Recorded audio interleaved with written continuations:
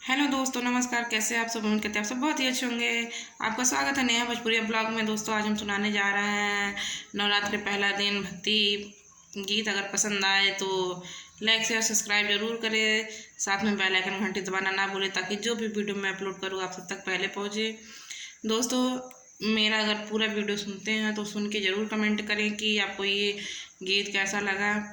Comment करके ज़रूर बताएं। कमेंट करना ना भूलें। एक कमेंट और एक शेयर ज़रूर करें दोस्तों। चलिए ये सुनाते हैं। मोरे पिछवरवा मैया आमे के बगियावा हो कियारी यारी ना, हो कियारी यारी ना। मैया निबिया के पेड़वा हो कियारी यारी ना। मैया निबिया के पेड़वा हो कियारी यारी ना। वही अम्मा की डलिया बैठे बोलेली कोयलिया हो कि जागा मैया ना, हो कि जागा मैया ना। होई गए भोर सवेरमा हो कि जागा मैया ना। कोयल की बोली सुन के उठेली भवानी मैया हो कि गगरी लैके ना, कि हो गगरी लैके ना।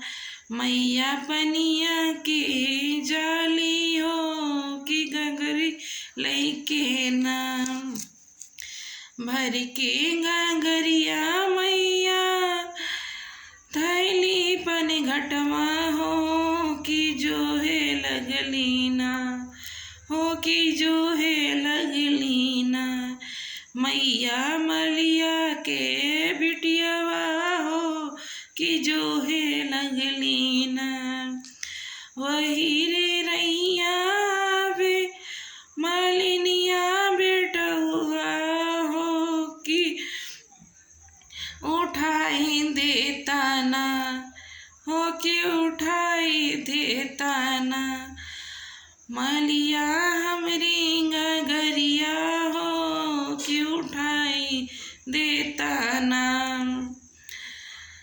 जब हम उठैबे मैया तब हमें काम मैया, मैया तोहरी गगरिया हो कि काव देबू ना, कि मैया काव देबू ना।